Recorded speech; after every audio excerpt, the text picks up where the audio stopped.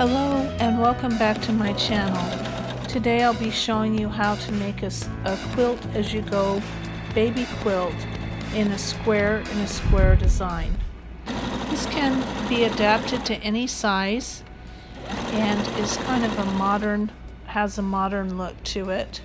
I made this design into a queen size quilt a couple years ago for my son and daughter-in-law using shades of gray. And so I thought it would be fun to incorporate a quilt as you go technique into this design. This is what I got for the backing, and I purchased 2.5 yards of this. It may be too much. I was thinking that I was going to use it for the binding, but now I'm not. This blue, dark blue, was left over from another project, and I'm thinking that I'll use that for the binding. I purchased 1/2 yard each of the light blue fabric, the dark denim blue looking fabric, and the red and white stripe.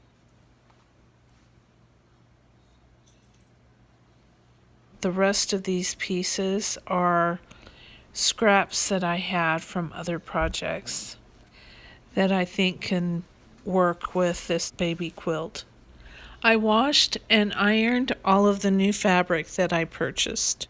I purchased all of the new fabrics at Hobby Lobby. I'm going to start by making some 2.5 inch strips.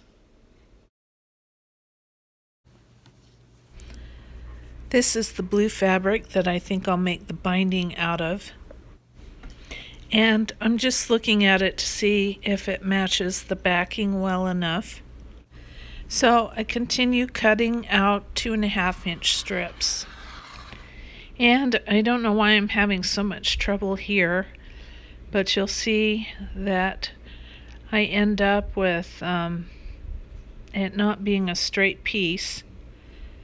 But that's not a big deal. If that happens to you, just go back and straighten it up. If you have a 5-pound weight that you can put on the end of the cutting ruler to hold it down and keep it steady, that would be helpful. But I don't have one. I'll need a 2.5 inch square for the middle, and I go ahead and measure this. These were some pieces that I had left over from the mini house quilt project. I cut two 2.5 inch squares out of the red. Then I cut two 6.5 inch lengths out of the red.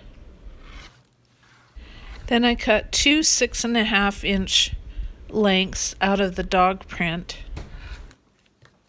And then two 10.5 inch lengths out of the dog print.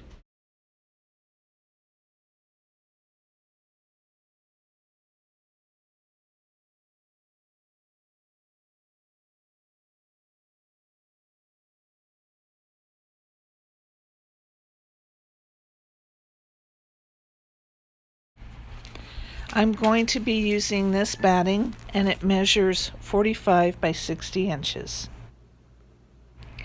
Since I had never done the hip to be square quilt pattern before as a quilt as you go, I decided to do a little sample first and see how it went so that I was sure I had the measurements right.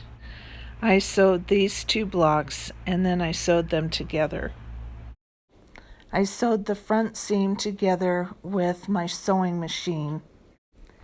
And I'll sew the batting together by hand after I trim it down.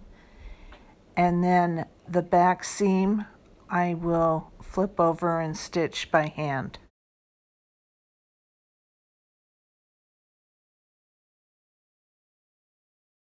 After I figured that the samples would work, I went ahead and I cut out most of the pieces that I'm going to need. And then I also cut out the strips that I needed for the binding. I'm doing a 2.25 inch wide binding.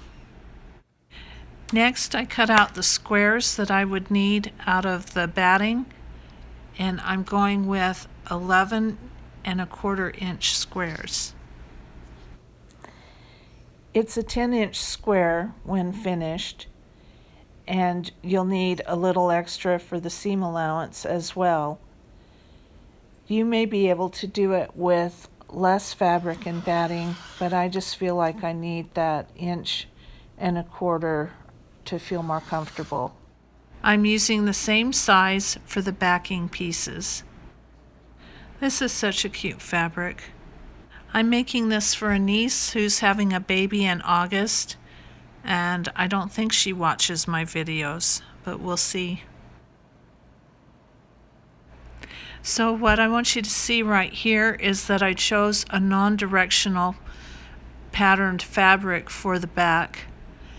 And so what that means is no matter which direction I have it in, it's going to look the same.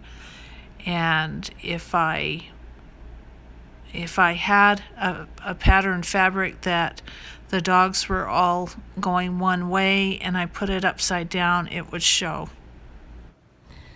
I stacked my backing and batting pieces together, and now I'm ready to sew.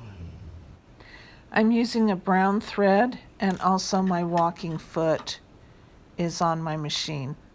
I've put this blue square with the pattern facing up and the red square with the pattern facing down, and now I am centering it on my backing and batting. I'm just measuring 4.5 inches on all sides, and that gives me a pretty close enough measurement to it being in the center. I put a pin in it to keep it secure, and then I put it on the machine and make a 1/4 inch seam. Since the seams are making a pattern on the back, I usually start about a 1/4 inch in and stop a 1/4 inch from the edge. And then when I'm done, I clip the threads and then open it up and use my fingernail to do a good finger press. Then the other red square goes on the blue square, and I sew on the opposite side and make a 1/4 inch seam.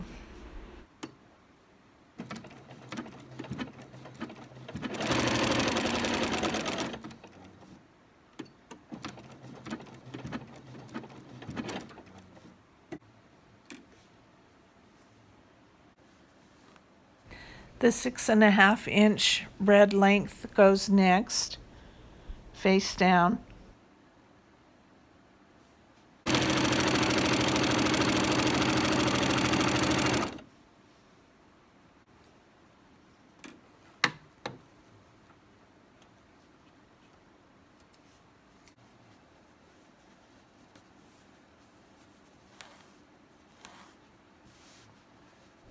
And then the other 6.5 inch red piece.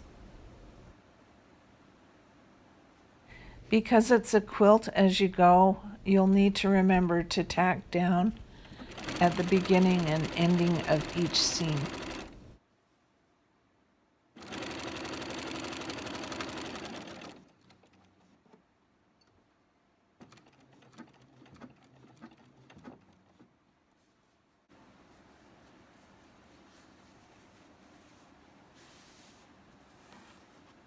Next goes the 6.5 inch piece in the dog print.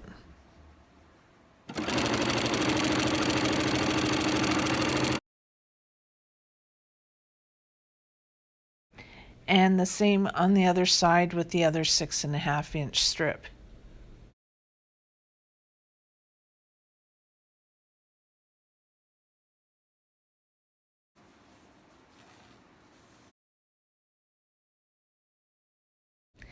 Now I'm putting the 10.5 inch strips on each side. Since I'll need room for seam allowance when I sew the pieces together, I'll need to leave a little bit more than 1/4 inch at the top and at the bottom on these last pieces. After the quilt is done, I am going to have to go back and check all of those spots where the stitching didn't go to the edge, and see if they need to be hand sewn down.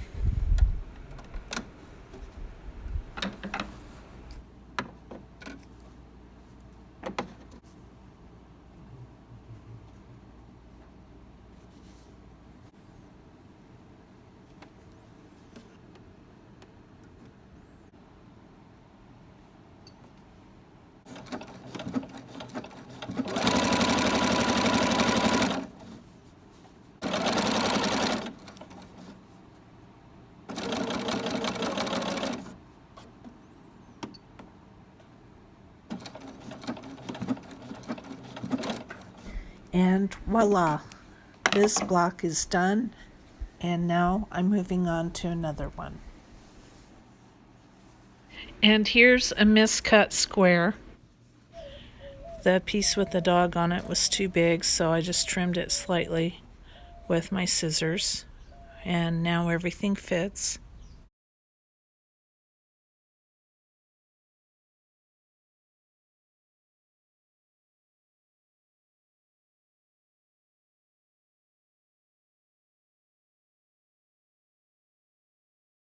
So sorry if the glare from my sewing machine light bothers you, but I decided to leave it in.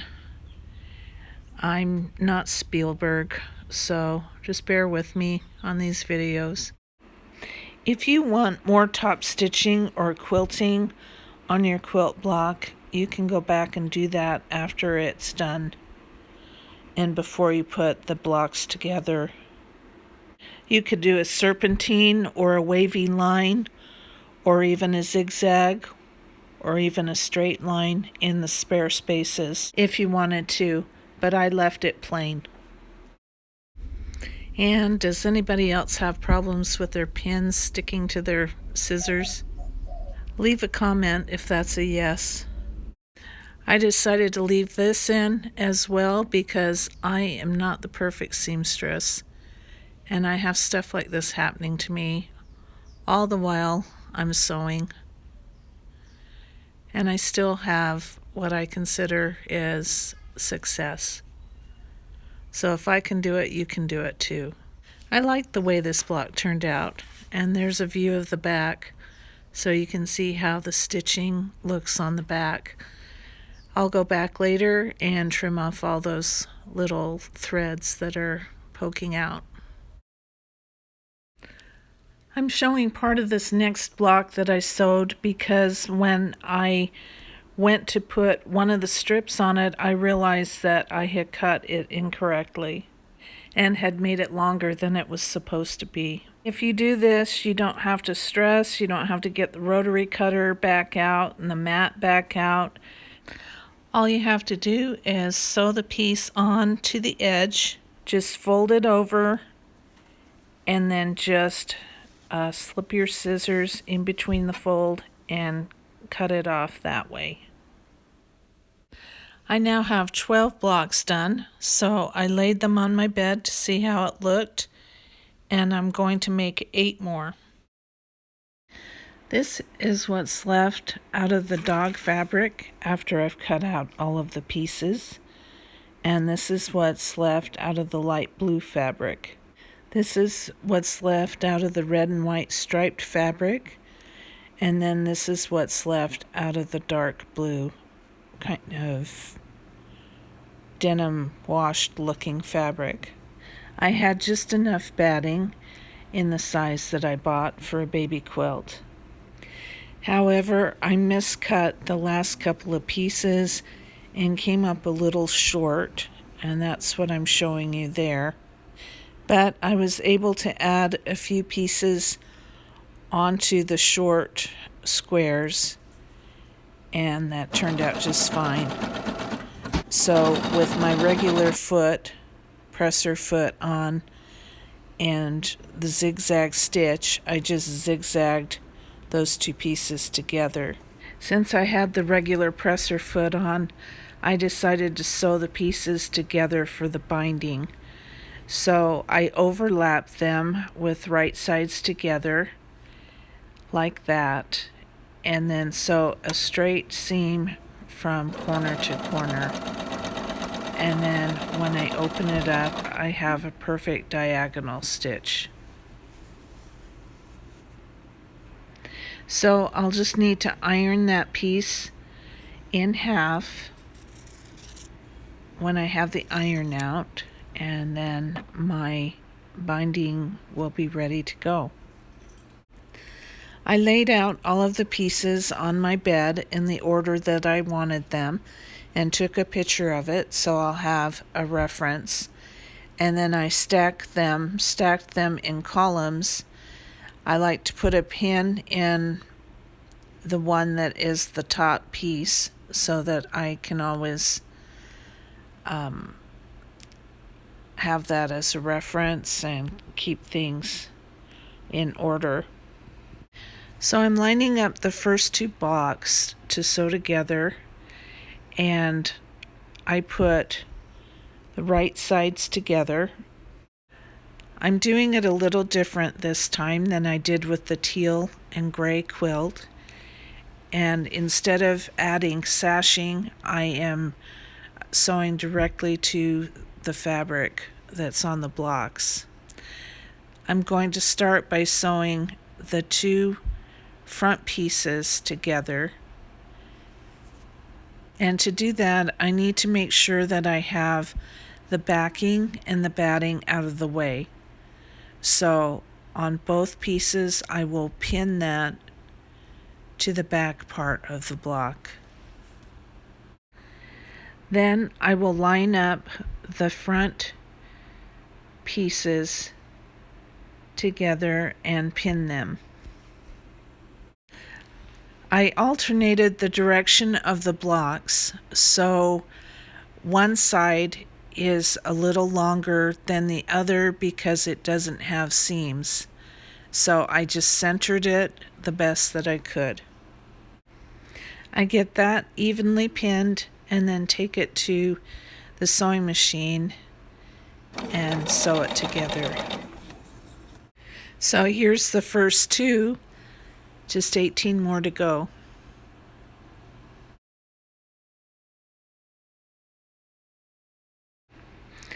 I'm making a 1/4 inch seam on these, and that's why I didn't go directly to the end when I was sewing the blocks, so that I would have enough room to flip it over for the seams.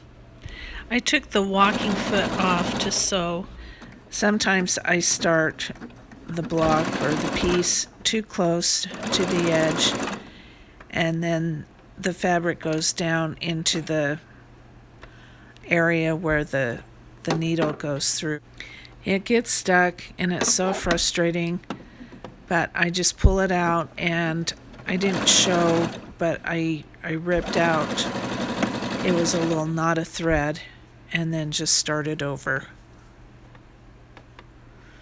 But a little more in from the edge so it wouldn't get stuck. Here are the first two columns finished.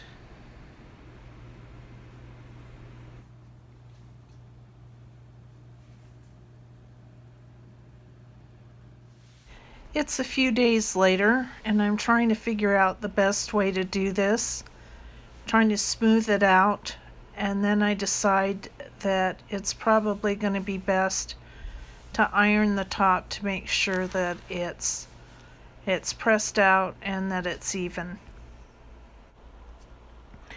Well, I edited out the 15 minutes of me trying to find my pincushion and putting up the ironing board and setting the iron up, because nobody wants to see those things.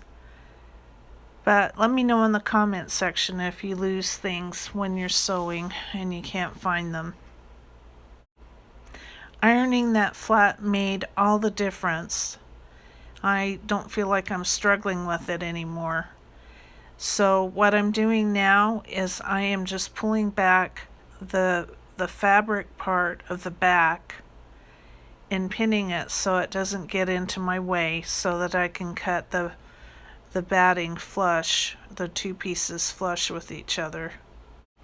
So then I'm just folding over the batting so that it meets with the skinnier piece. I'm folding the larger piece over, and don't do it the way I'm doing it here. Fold it so that the cut edge is on the outside, not the inside. And then I just slip the scissors into the fold and cut it carefully so that I don't cut anything else.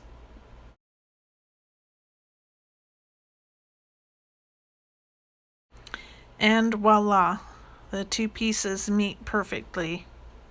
So now I am taking the pins out of the fabric, and I'm going to fold the larger piece, the wider piece, over the skinnier piece so that I can hand sew it. I fold over the little piece and then the wider piece over it and fold under to make a seam. And I measure 2 inches from the stitching that I made to the edge. And I don't know if that's going to look right or not, but I'm going to try it.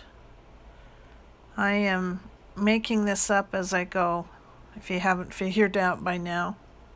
So I took that to the ironing board and ironed it flat so that it'll be easier to work with. And then I went ahead and I did the rest of the seams to prepare them for hand sewing.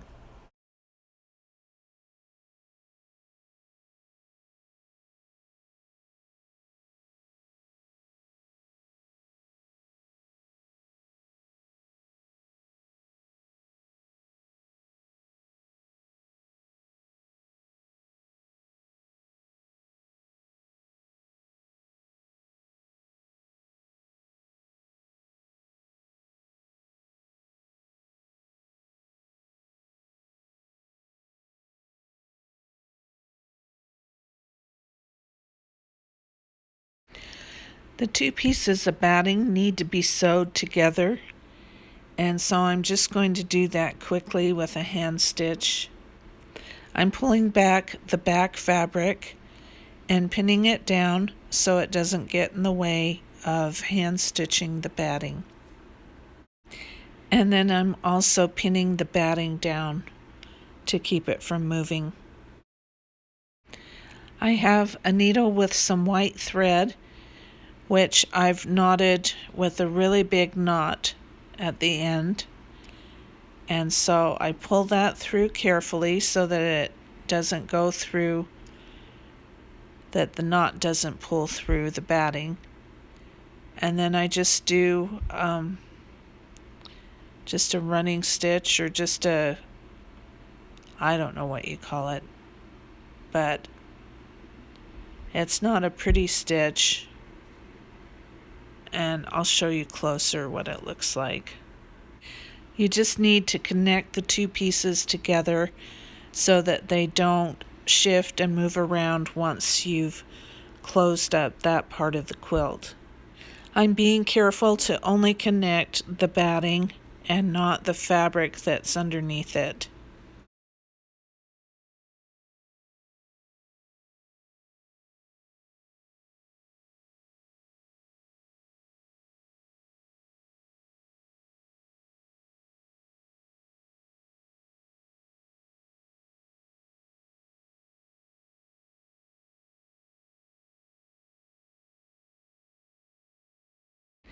Finish it off by making a knot and taking the pins out, and then you're ready to hand sew the two backing pieces over the batting.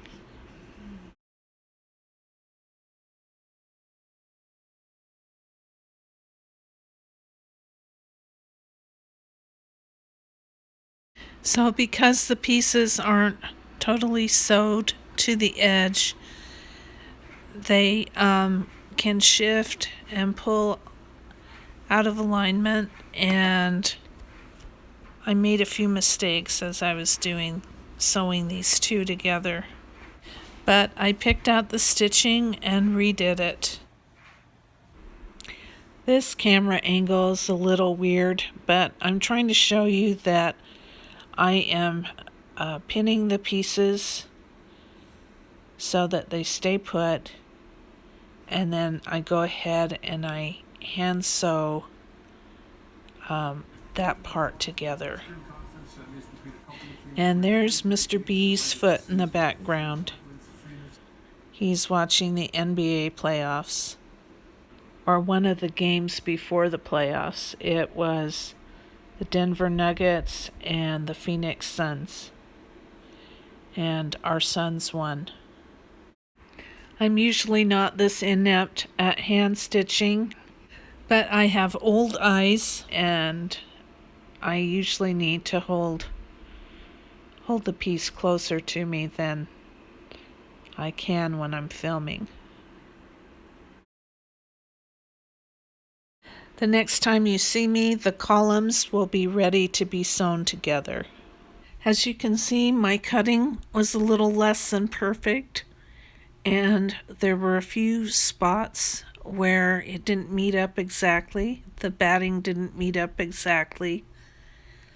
But I went ahead and sewed it together anyway, and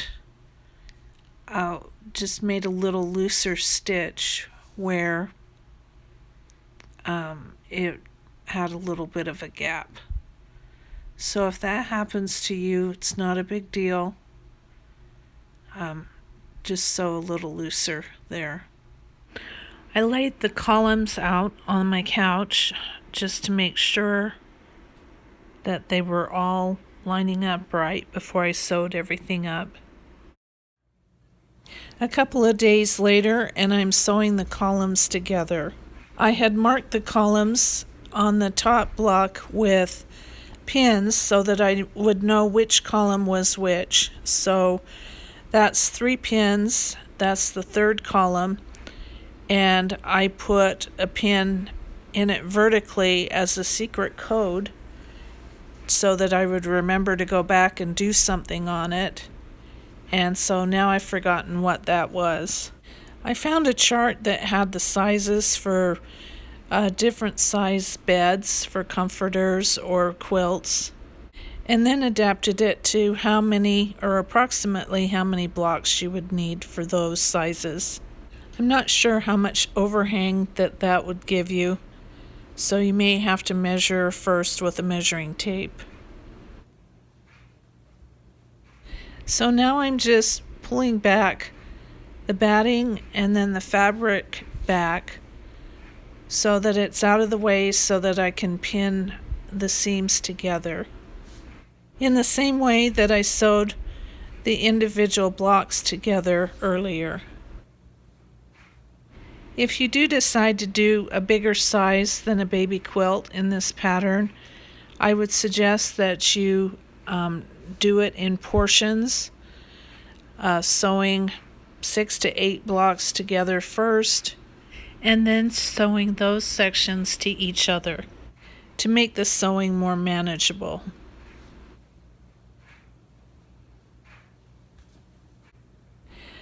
I've not done a bigger quilt than a baby quilt in Quilt As You Go technique, so those measurements that I have are guidelines, and it's not anything I've done yet.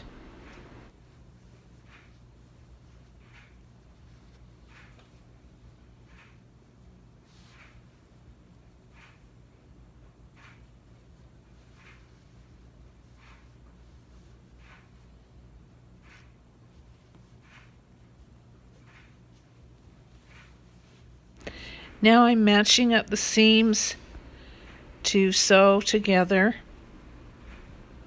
with the 1/4 inch seam. When I first started doing quilting piecing, I thought that if I just lined up things, the pieces from top to bottom, that everything would fit and line up if I had measured everything correctly.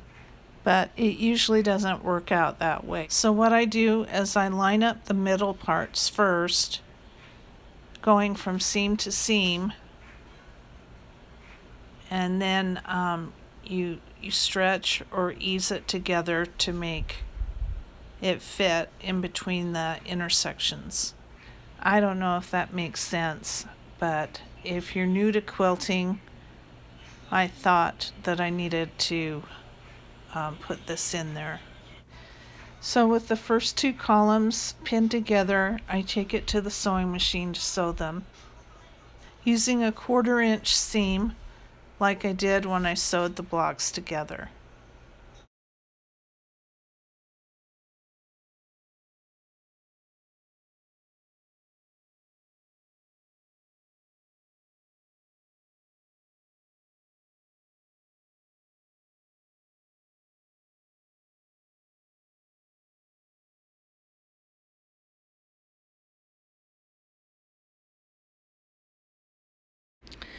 I made some mistakes here. As you can see, things don't line up perfect, and so I seam ripped a few things out and went back and did it over again. I really missed the intersection here, and then at the very end I ended up with quite a bit of fabric not meeting at the end.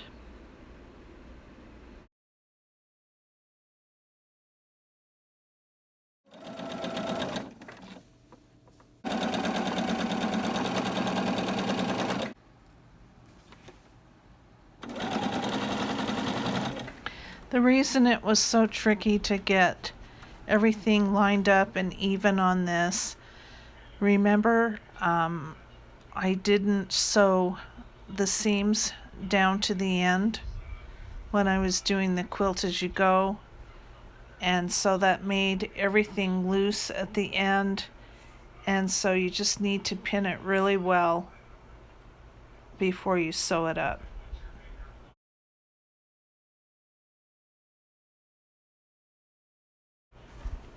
It's not perfect, but it's better than it was, and I am just going to leave it this way. I ironed the seams open really well, and now I'm doing the same thing I did when I sewed the blocks together, or after I sewed the blocks together, and I'm trimming the batting so that it meets, and then I am folding over the backing part, or the fabric part, and folding it over and pressing it so that I can I can sew that up with hand stitching. I had to be extremely careful during this step so that I didn't cut something that I wasn't supposed to cut.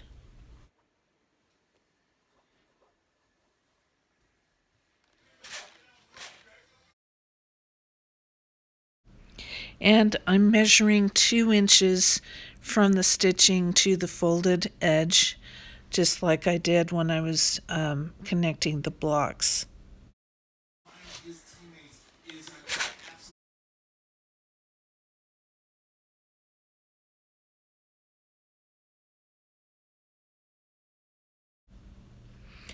I sewed the batting together, and then I sewed the fabric pieces together by hand stitching.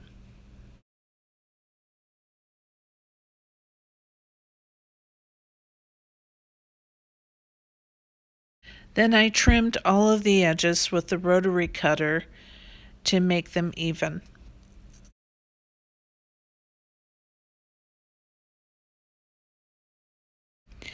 Here I'm faced with a dilemma, as the light blue piece, the light blue block, is quite a bit different in size than the other ones. So I ended up shaving off quite a bit off of the darker blue blocks just to even this whole mess up. And this is where having a wider binding would be more of an advantage. I think if this is your first time quilting, that maybe you should make a 3-inch binding instead of the 2¼ inch like I did. I usually do a 2½ inch binding, and I think I'm going to stick with that because I think that I actually prefer that to the 2¼ inch. And here I'm just pinning the binding after I found it. It took me about 20 minutes to find it. So I'm pinning it to the quilt with the 2 raw edges facing or against the raw edge of the quilt and the folded edge towards the middle of the quilt. I had to reattach my walking foot because I had taken it off, and now I'm just stitching the binding to the quilt.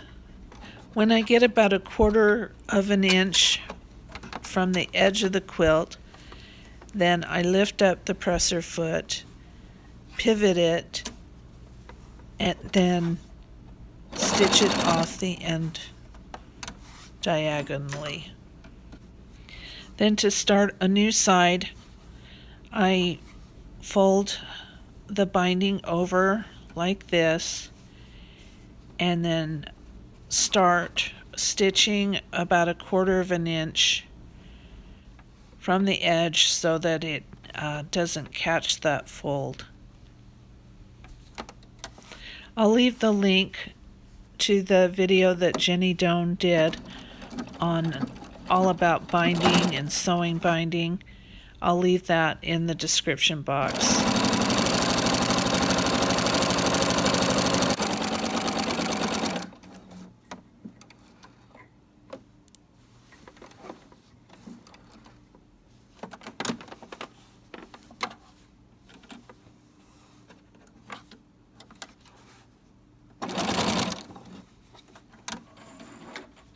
With the binding sewn all the way around the quilt, now I'm ready to connect the 2 ends. The method I use is to overlap the binding, measuring the same amount as the width of the binding. So I will overlap it by 2¼ inches and then trim off the excess.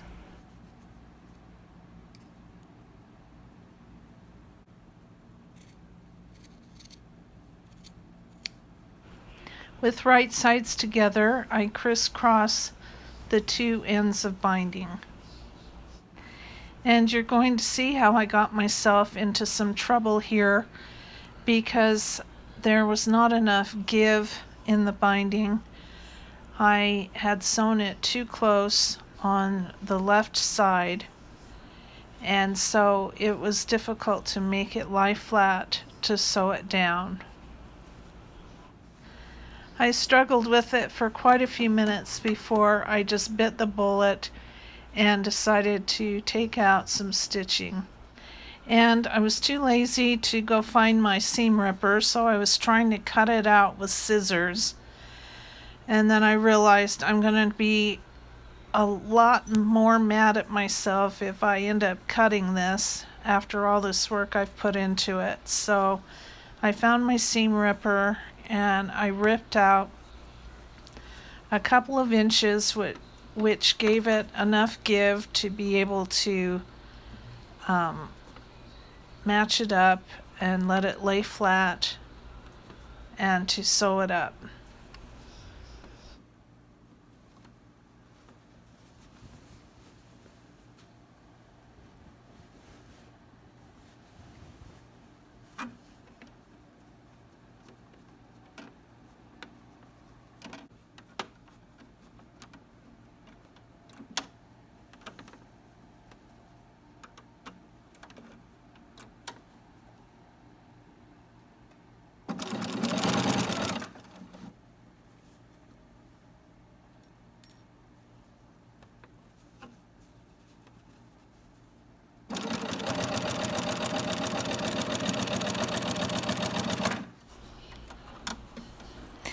and it turned out perfect.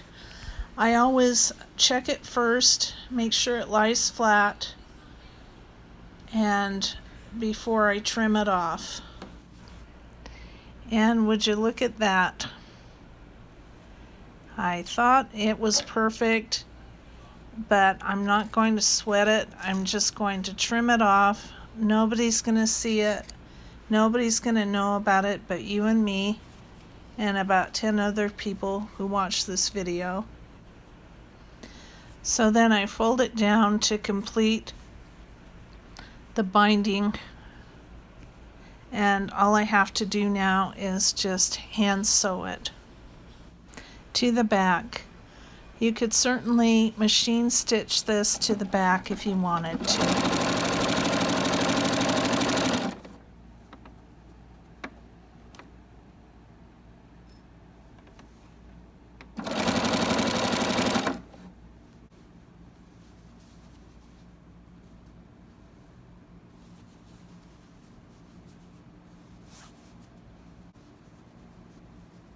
So here we have the square in a square or hip to be square quilt.